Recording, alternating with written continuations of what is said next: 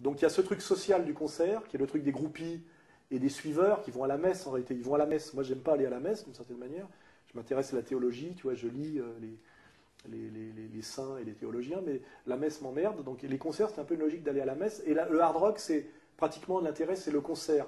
En fait, c'est des hardeux qui se retrouvent en horde.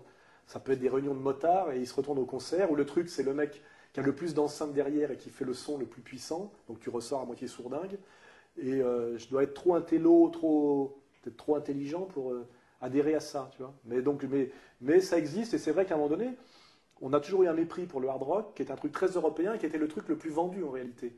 Et le look de hardeux, c'est le look le plus naze, c'est cheveux longs habillés en noir avec des Santiago portés par-dessus le jean, enfin tu vois, le fly jacket trop grand et le t-shirt noir avec des motifs dégueulasses de fête foraine, là, c'est le look le plus naze qui existe. Les Allemands sont très très doués pour les looks de naze.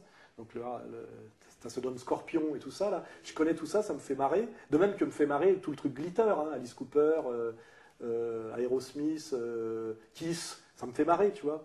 Et même dans mes compiles, j'ai des trucs genre, comment il s'appelle, Gary Glitter, tu vois. Ça me fait marrer, j'aime bien. Mais c'est un peu du deuxième degré, voilà. Et en fait, c'est pas très sympa d'aimer le hard rock au deuxième degré, parce que c'est quand même se foutre de la gueule d'un certain prolétariat, parce que c'est quand même la musique des prolos, tu vois. Et en fait, j'en suis pas, quoi, c'est tout. Faut avoir la modestie de son arrogance, tu vois.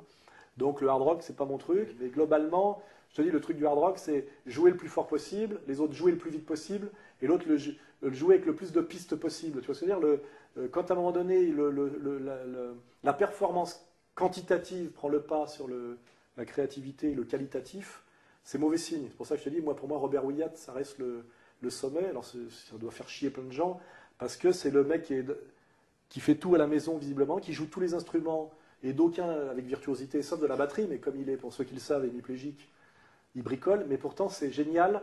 Tu sais, comme peut être génial un artiste d'art brut qui, avec des vieux, je sais pas quoi, des casseroles rétamées, des machins, des bouts de ficelle, te fait une œuvre, un chef-d'œuvre, tu vois, voilà. Donc, bon, le hard rock, je suis pas assez snob pour dire que j'aime ça, mais je reconnais que c'est la musique la plus vendue, et la musique des prolos, et que même à l'époque du punk, le vrai prolétariat écoutait en réalité pas du punk, qui chez nous était un truc de bourgeois branché, mais écoutait du hard rock en réalité.